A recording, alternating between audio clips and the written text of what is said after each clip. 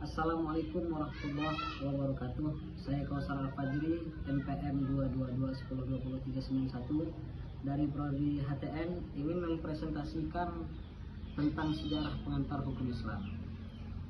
Pengertian hukum Islam adalah hukum yang bersumber dan menjadi bagian dari agama Islam yang konsep dasar dan kerangkanya hukumnya diterapkan oleh Allah. Pengertian syariah, fikih, dan qanun. Syariah adalah jalan aturan dan hukum yang diciptakan Allah yang harus ditegaskan oleh manusia.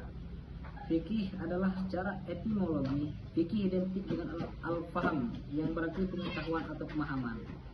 Qanun adalah memerintah tolak ukur atau aturan baku yang diterima oleh semua majelis. Ruang lingkup hukum Islam adalah objek kajian hukum Islam atau bidang-bidang hukum yang menjadi bagian dari hukum Islam.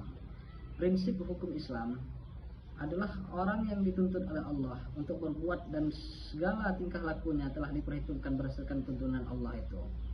Objek hukum Islam adalah perbuatan mukallaf yang terkait dengan perintah syar'i Allah dan Rasulnya. Ada tauhid, keadilan, amar ma'ruf, nahi munkar, kemerdekaan, persamaan tahun, dan toleransi. Sumber hukum Islam adalah kalam Allah yang diwahyukan pada Nabi Muhammad SAW.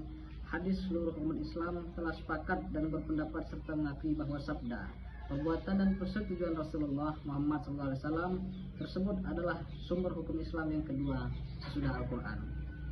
Sejarah pertumbuhan dan perkembangan hukum Islam.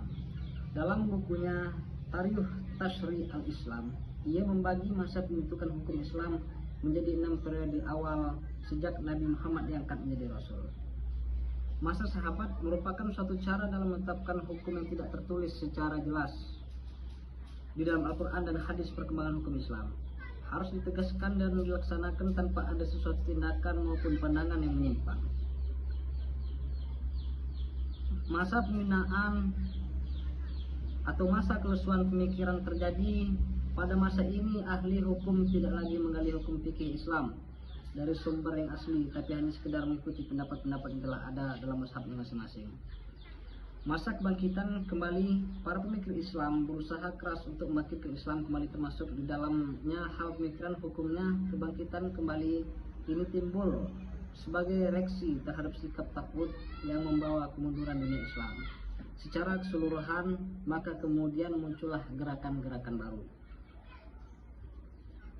Bab yang terakhir yaitu hukum Islam di Indonesia. Sejarah masuknya agama Islam di Indonesia. Islam dipercaya tiba di Indonesia langsung dari Timur Tengah melalui jasa para pedagang Arab Muslim sekitar abad ke-7 Masehi. Teori Persia Islam tiba di Indonesia melalui peran para pedagang asal Persia yang dalam perjalanannya singgah ke Gujarat sebelum ke Nusantara. Sekian presentasi dari saya. Kurang dan lebihnya saya mohon maaf, pada Allah mohon ampun. Billahi fisabilillah haqqus tabiqul khairat. Wassalamualaikum warahmatullahi wabarakatuh.